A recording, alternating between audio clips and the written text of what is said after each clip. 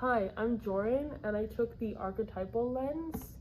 It studies the reoccurrence of stories and images in cultures throughout the world and throughout recorded history. Archetypes can take the form of characters, concrete objects or symbols, or narrative patterns. Hi, I'm Sabina, and I'm looking through a psychological lens using the social learning theory. This theory emphasizes the importance of the social context that individuals can learn by observing other actions and whether these individuals are positively or negatively impacted by these behaviors. Hi, I'm Michelle, and I'm using the sociological lens, and I'm looking through the social interactionism theory.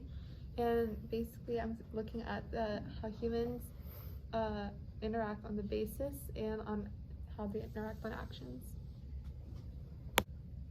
Okay, so I thought this book was really interesting, and the novel takes place in a mental hospital where a big nurse has all the power and is intimidating towards the patients.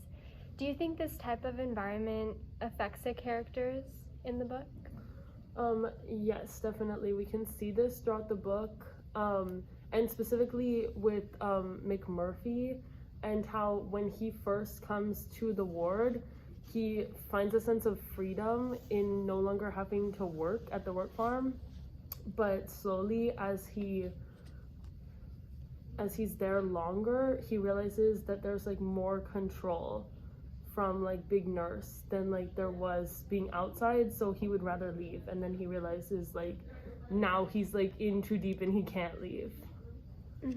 Yeah, I agree with that. Actually, I think that over time the patients are going more insane because of the environment that big nurse and just the environment in general that they're put in through.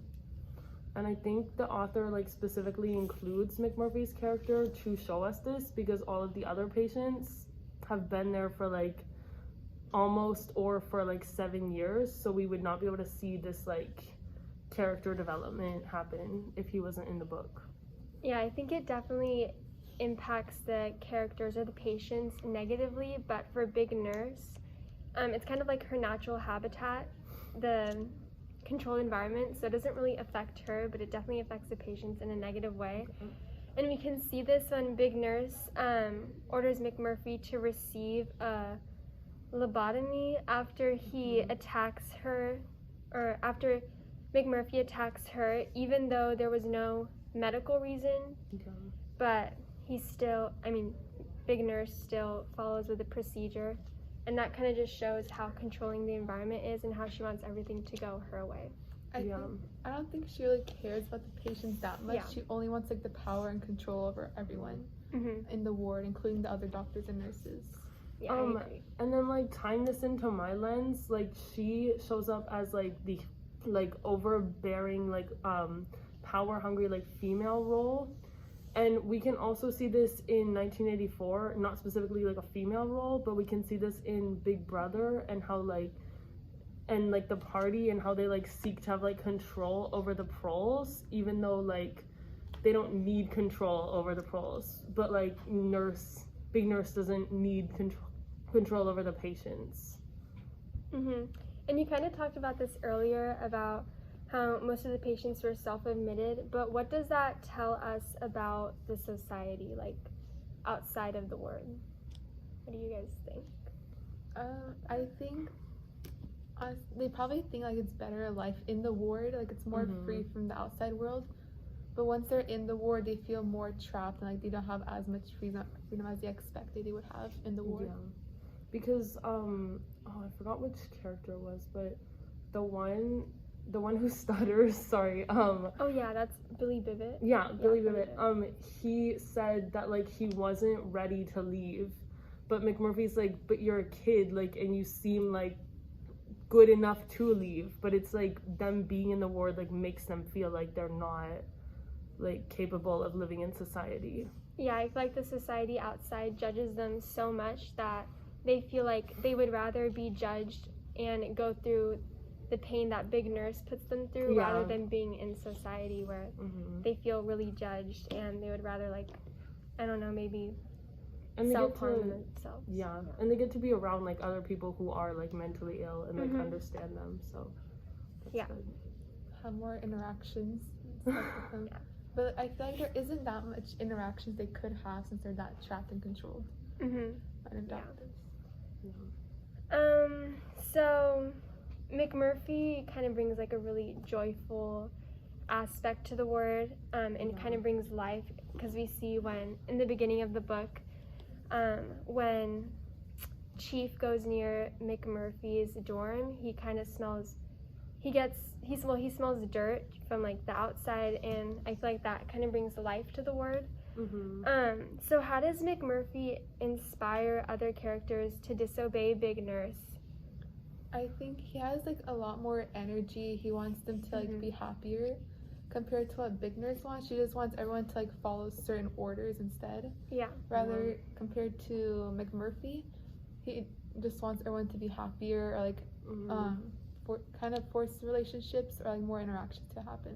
Yeah, he definitely takes the role of like the trickster character, and like comes in when like some of the patients seem to have like lost all hope, and he like brings that back. So he definitely is like a nice presence. Yeah, I feel like McMurphy treats all the patients with kindness, and because of that, the patients want to follow him, because they've never really felt that type of kindness before, even from society and from Big Nurse. And Big Nurse kind of treats them with so much hate, I feel like, so they don't really want to follow her, and they want to follow McMurphy to disobey Big Nurse. But then in the therapy sessions, most of the men don't agree with McMurphy, and they agree with Big Nurse. Why do you guys think I mean, that happened? I definitely started to see that like McMurphy was like gaining more power over the people. But like he still hasn't gained like all the power that Big Nurse has. Like she still like I feel like a lot of them fear them. Fear Big Nurse. So but like they believe that they need to like follow everything that she says, since they've gotten that used to it over time. Yeah. Because like the only thing McMurphy can give them at this point is like hope, and that is not like as good as like things that Big Nurse can provide them. And I think an example of this from the book is when they want to watch World Series, the patients, and the majority of the patients agree with Big Nurse rather than with McMurphy to, I think, change the schedule to watch the series. And it takes them like 3 days to convince or wait, does it? Oh my god, I'm sorry. I don't know, but like he keeps getting like more votes, but it's still not enough. Yeah. Which even since what's his name, Bromden, he's like he's non-verbal. Like, he doesn't socialize with others, but he's really tempted to like speak out and vote with McMurphy. Yeah. So that could go into like him having a big impact on people. Like he got Chief to speak for like the first time in years. Yeah. Oh, that's true. So throughout the book, we kind of see the fog. I think in the beginning we see the fog appear a lot, but near the end it kind of disappears, and it's not doesn't pop up as much. What do you think the fog represents, and what are your thoughts about it?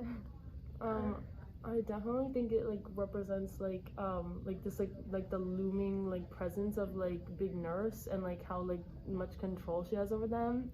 But then like once like McMurphy shows up in the book, he like takes over, and he like brings like sun and like brings like life, and so then like the fog like slowly disappears. And I feel like after McMurphy came in to the ward, I feel like more people, like they had more energy and stuff, like they had more interactions compared to when he wasn't there. He definitely encouraged a lot of like outdoor activities, so like that could be like non-metaphorical, that like they were outside and then outside was nicer. So I think the fog represents that Chief is kind of slipping away from the reality, probably either because of the medication or from the fear that he might have. But when McMurphy arrives, like you said, the fog starts to go away, because I think he kind of brings the life and joy to them. And I definitely he didn't jags see them. that it was like it was Chief. Like I saw it as like the ward was like Yeah. covered in fog, but like that makes like more sense as like it was him. Yeah, I think Chief thought that maybe there were fog machines in the vents. Oh yeah. And I don't think that exactly was true. Yeah. So near the end of the book, or at the end of the book, Chief kills McMurphy by, what is it? Suffocating him. Yeah. Why That do definitely you caught me think? by surprise. Yeah, that did. Why do you think Chief would kill McMurphy? I don't even like. Well, okay. What I was thinking was like, because it happens like so suddenly that Yeah. it's not supposed to be like it wasn't like premeditated. It wasn't like an actual like hateful act. I think it was like he says like he like wants McMurphy to come with him and like leave, but like McMurphy like physically can't because he's like, I don't know, now he's like messed up from the lobotomy. So like that was his way of like taking him out of that situation, was like to kill him. There was also like that one part of the book, like after he came out of the surgery, they didn't believe that it was actually McMurphy, so Chief probably didn't want like a fake McMurphy to be there and wanted the real one. Yeah, I think to Chief, suffocating him was a way to give McMurphy freedom from the word and just like everything, because I think Chief also wanted freedom, so yeah. But that is like just like wow, like it's like killing your friend to like help them is just like And the way Chief words it, he says the big hard body had tough grip on life. It fought long time against having it taken away, and he says McMurphy, or he calls McMurphy it.